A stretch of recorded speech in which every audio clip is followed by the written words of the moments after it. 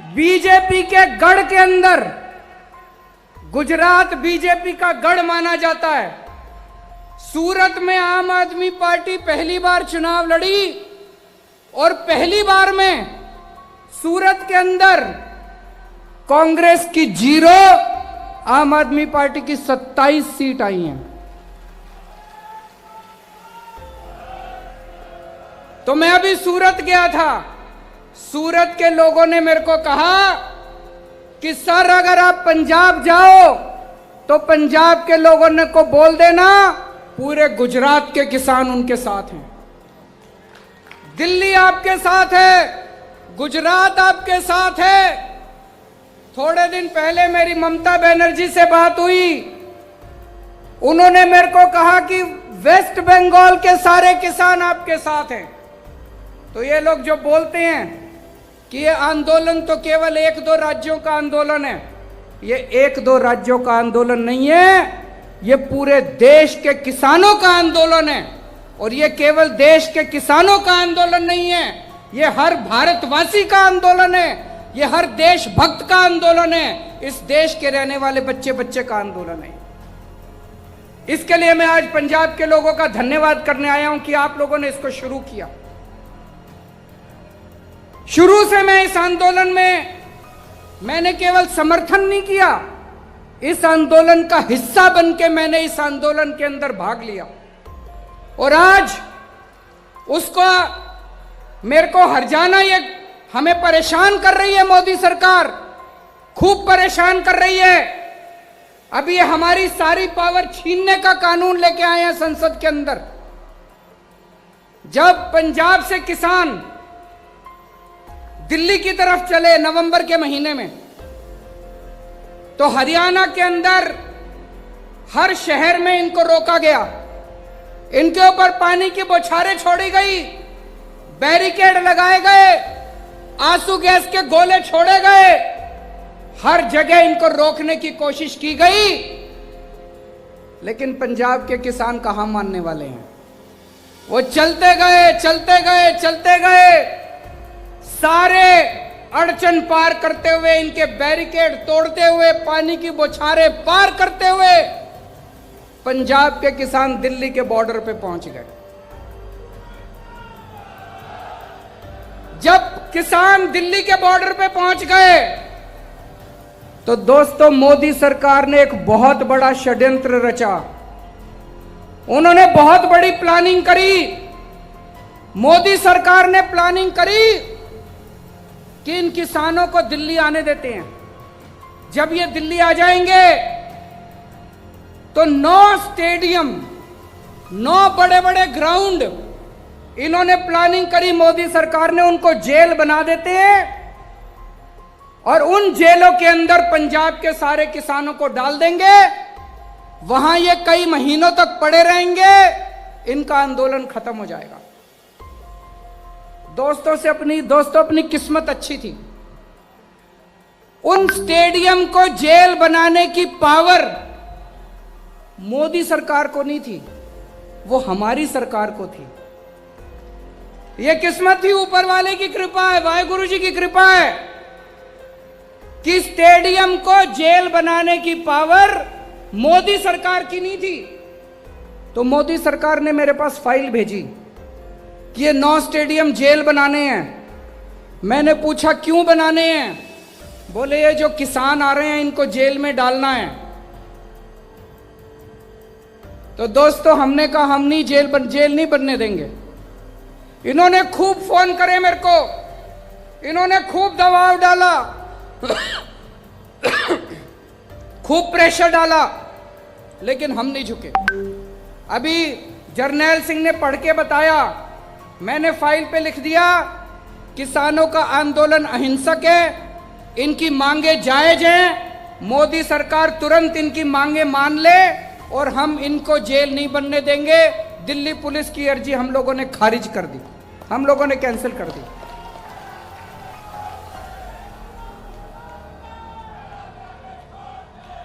ये इतना गुस्सा हो गए मेरे से, मोदी सरकार खूब नाराज हो गई और उसी का नतीजा है पिछले हफ्ते संसद के अंदर मोदी सरकार कानून लेके आई है कि दिल्ली के अंदर अब से सारी पावर केजरीवाल की नहीं होगी।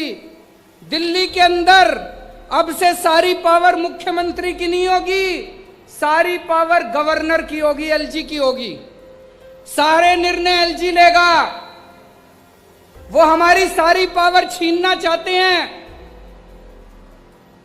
उनको लगता है अगली बार जब जेल बनानी पड़ी तो फाइल फिर मुख्यमंत्री के पास नहीं, एलजी के पास जाएगी। पर दोस्तों चिंता मत करना, आपका बड़ा भाई, आपका बेटा, मैं वहां पे लड़ रहा हूं इन लोगों से, 6 साल से लड़ रहा हूं। मेरे को पता है इनसे कैसे लड़ना है। इनको कभी किसी हालत में किसानों के खिलाफ कोई एक्शन नहीं लेने देंगे। जब तक दिल्ली में मैं हूं, आप किसी बात की चिंता मत करना।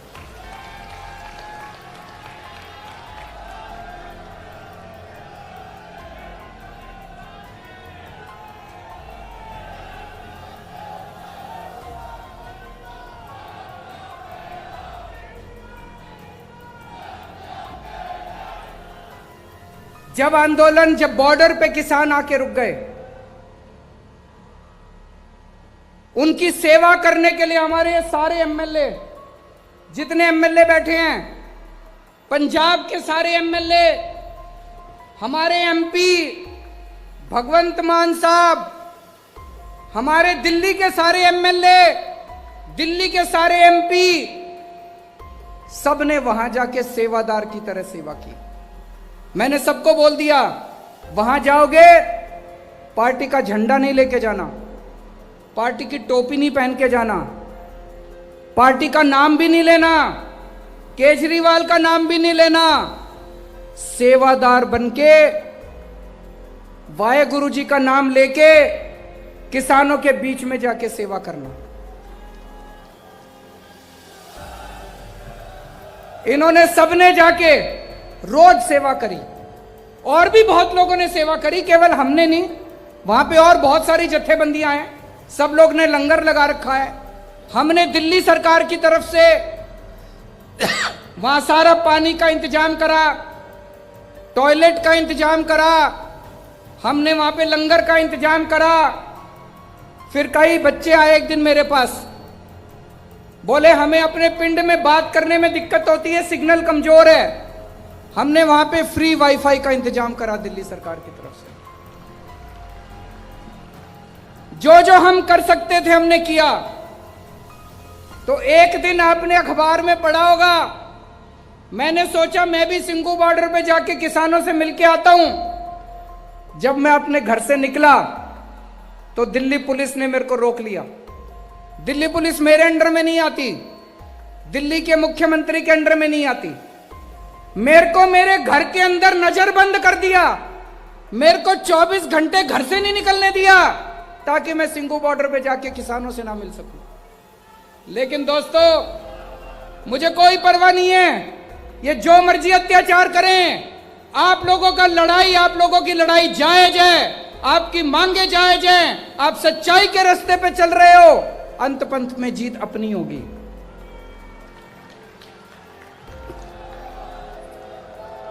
इन्होंने आंदोलन को, किसानों को बदनाम करने की कोशिश करी।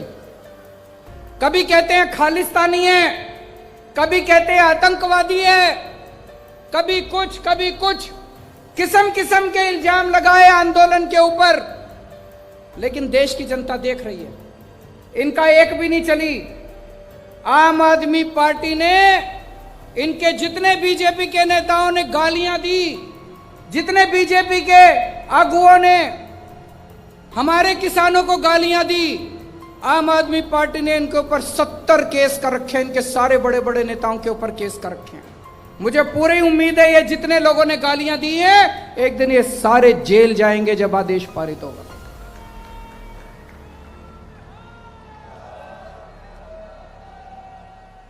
दोस्तों, 70 साल से इस देश के अंदर किसानों के साथ अन्याय हो रहा है, किसानों के साथ ज्यादती हो रही है।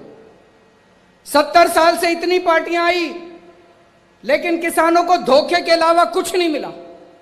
कभी कोई पार्टी आती है, कहती है हम नौकरी देंगे, कोई नौकरी नहीं देता। कभी कोई पार्टी आती है कहती है हम कर्जा माफ करेंगे, कोई कर्जा माफ नहीं करता। लेकिन दोस्तों ये तीनों कानून जो हैं, ये तीनों कानून ऐसे हैं कि अगर ये लागू हो गए तो किसानों का कुछ नहीं बचेगा, ना उनकी जमीन बचेगी ना उनकी खेती बचेगी। ये खेती उठा के बड़े बड़े पूंजीपतियों को, इनके जो दोस्त है 3-4 दोस्त है, उनको उठाने की पूरी तरह इन्होंने तैयारी कर रखी है।